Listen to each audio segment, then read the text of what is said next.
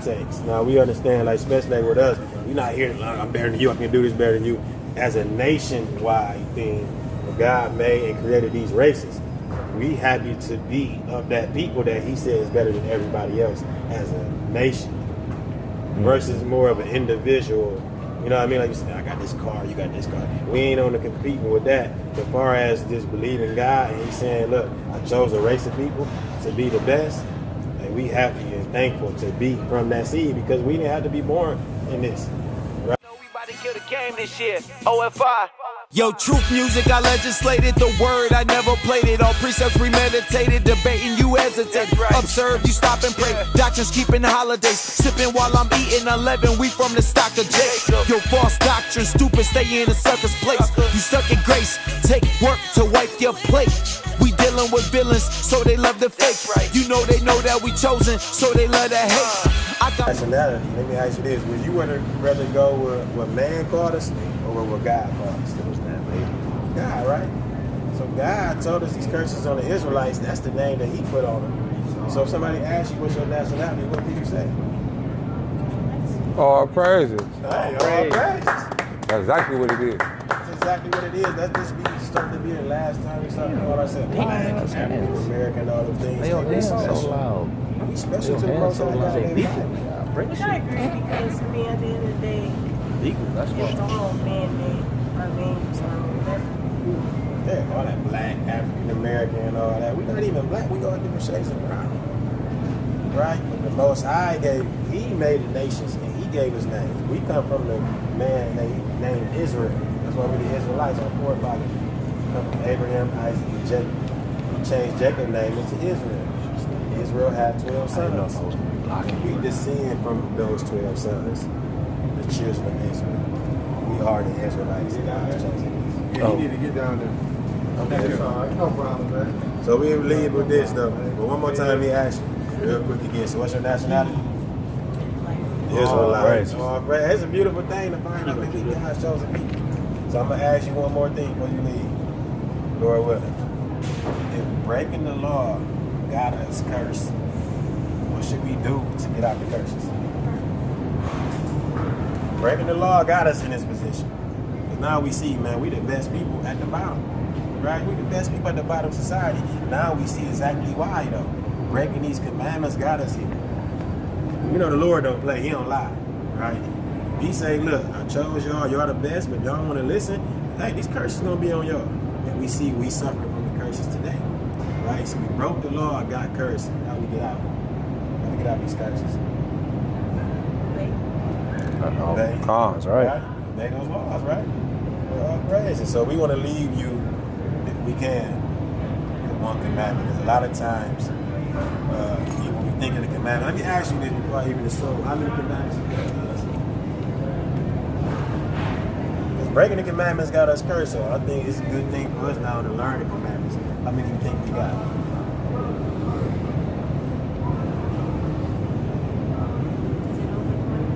Over 20? Yeah. It's a lot. At least you ain't said a 10, though. Yeah. Really roughly around about 600. You know what I mean? But some of them is just for women, some of them just for priests. So even though it's a lot, right, we can still keep those. I think they say that it's just in the city alone, we keep like about 10,000 commandments we keep of the world that we don't even be thinking about. So God's laws are not hard for us to start to keep. You know what I mean? So it's definitely roughly around about 600. So I ask you this: you eat pork? but I'm working towards that. Working on getting rid of that. Praise. Did you know that was a commandment? Huh? Oh, you ain't heard about that? I know pork is like the dirtiest meat to eat, and it wasn't always.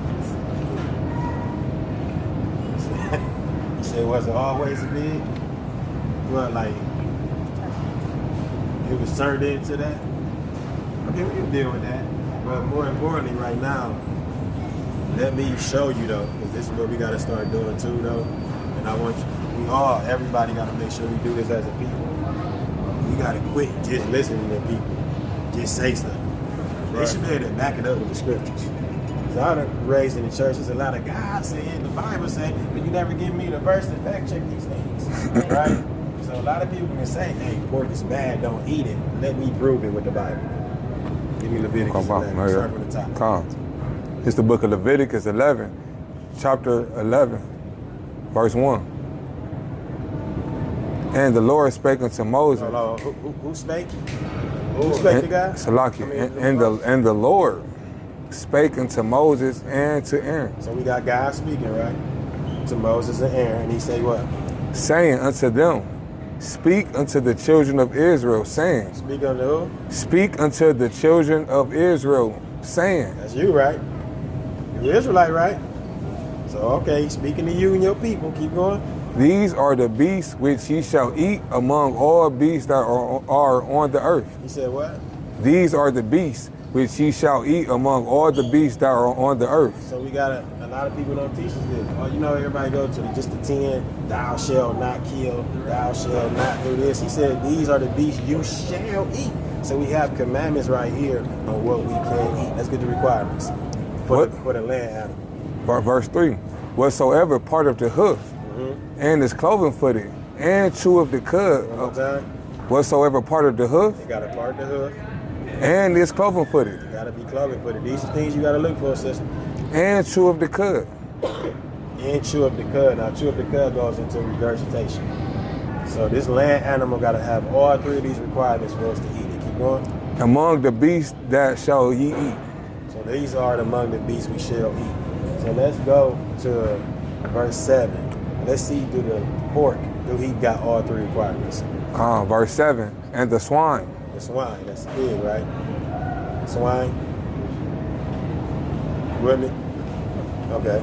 And the swine, though he divided the hoof and be cloven footed. So he got the two. He got 2 out of 3. He divided the hoof. Remember, it was 3 things. Divide the hoof, cloven foot, and chew the cud. So right now we dealing with the pig. He got what? Start back. And the swine, though he divided the hoof and be cloven footed, He divided the hoof, and he cloven footed. What else though? yet he cheweth not the cud. Yet he cheweth not the cud. He don't got all 3. Keep going. He is unclean to you. What is he? He is unclean to you. Keep going. Or of their flesh shall ye not eat, What the Lord say? of their flesh shall ye not eat. What God say about that pig? Come over here a little bit. What he say about that pig? Bring it back. Of their flesh shall ye not eat. What he say? Of their flesh shall ye not eat. You hear that, sister? Huh? No, it's Talking about the pig, I'm sorry, with 7. And the swine, though he divided the hoof and be cloven footed, yet he cheweth not the cud. you don't have all 3 requirements, right?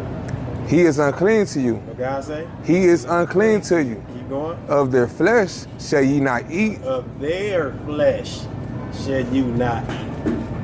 So what do you say about that pig? You can't eat the flesh of a pig, sister. He unclean to you.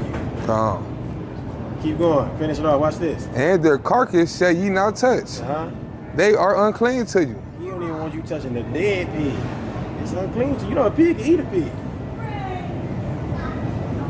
So we got right here in the law of God that we have to put the pork away. He said the swine don't got all 3 requirements of their flesh, can't eat, and I don't even want you touching their carcass.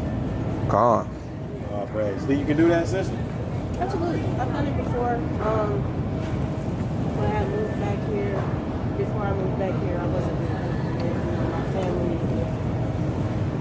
Okay. Started cooking it again after I Not back into it. Okay.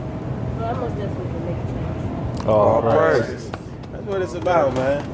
Coming back to keeping these laws of God to get out this position, right? We tired of being the cursed people. We want to get back where we want to be in that rulership. You know what I mean?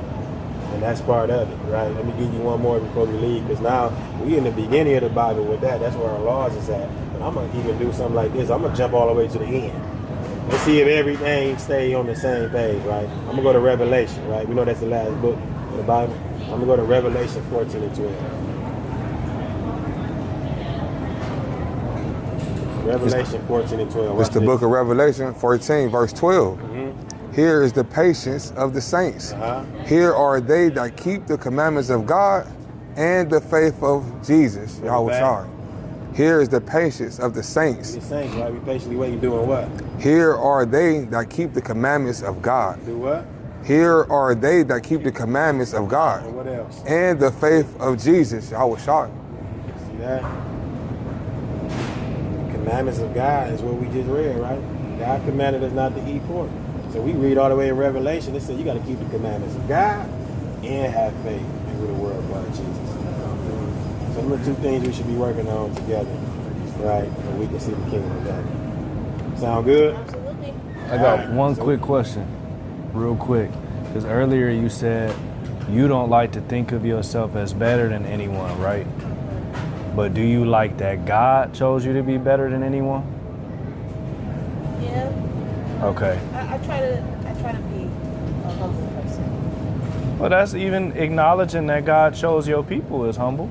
Yeah. So I just had that question for you. And like in a world full of people, you know, that everything's a competition and who has more, who does more, stuff like that. I try to be more level-headed. I understand that. You know. I understand that. I don't think you being happy or elated or proud that your God shows of people would disannul your humbleness, though. I think that's something we can embrace. Lord willing. And too, I like he said that because the context. Now we understand, like especially like with us, you're not here. I'm better than you. I can do this better than you. As a nationwide thing, God made and created these races.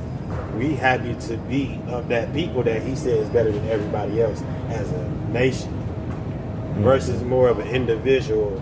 You know what I mean? Like you said, I got this car, you got this car. We ain't on the competing with that. As far as just believing God, and He's saying, look, I chose a race of people to be the best, and we happy and thankful to be from that seed because we didn't have to be born in this, right? We didn't have to be that. We could have read these curses to you. You're like, nah, I don't even fit my people, right? That could have been so, but we know that it do fit us, so that's why we happy and thankful that we are the Israelites. We are God's chosen people. And like the brother says, there's nothing wrong with being happy about that, though, as far as knowing that we above the rest of the nations and people. Because think about it from the perspective, like everywhere we go culturally, they try to make us seem like we the worst. Yeah. And they don't have no other nation has an issue with us being on the bottom and excelling their nation. And it's kind of like one of those psychological things sometimes where it's like they made us feel so low that sometimes we feel bad to say that we above because we thinking like, well, I ain't trying to be how they are, you know, on the belittling, on the racism, on the, you know, on that wicked type of time. You follow what I'm saying? So I think too, and then with our women, you know, a lot of our women, we like, I say we, and I'm not a woman, but you know what I'm saying? A lot of our women though, like, when you think about how you say you try to be kind of level-headed, like, you know, that, you should still keep that because that goes with being a modest woman. You know, you ain't all out here, you know what I'm saying? How you know with people on these type, let me just bust it open, let me get a BLB and all that stuff.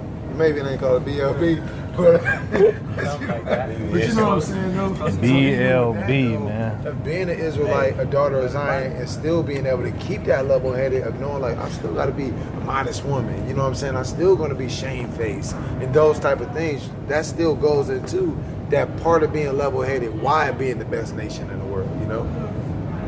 All praise. Right? All praise. Definitely good. I don't believe that our physical is determined who we are. It's what's inside of us. Because you can be the most drop dead gorgeous person or handsome or whatever.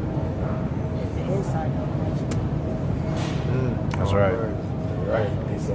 There's some ugly people on the inside that feel like the physical shell's there, but the inside so ugly. You know what I mean? So all praise, man. We definitely was glad to speak to you today.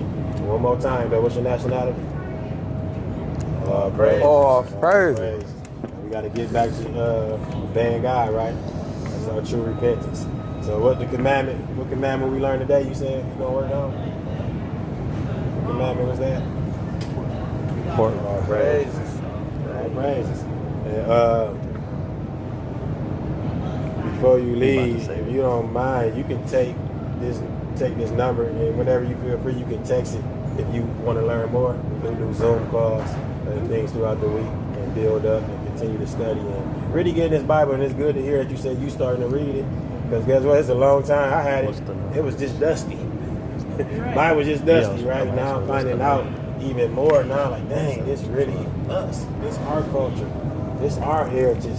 This is where we learn about us. You know, a lot of times everybody else know like their history, where they come from. They try to start ours with slavery, right? They act like we just sprung out the ground here and that's where we started. Like we wasn't the people and we weren't doing stuff before we got here. Now we finding out exactly what's going on, that the Bible show who we are, our migration pattern and everything, even how we got here. So we want to, you know, if you don't mind, like I said, you can take their number, you can give them their number, they take your number, however better for you, and we can send the links for the Zoom calls. We do one on Monday, and what's that, 9 o'clock? Calm. The Q&A. Monday is 9 o'clock Q&A, and Friday is our Sabbath.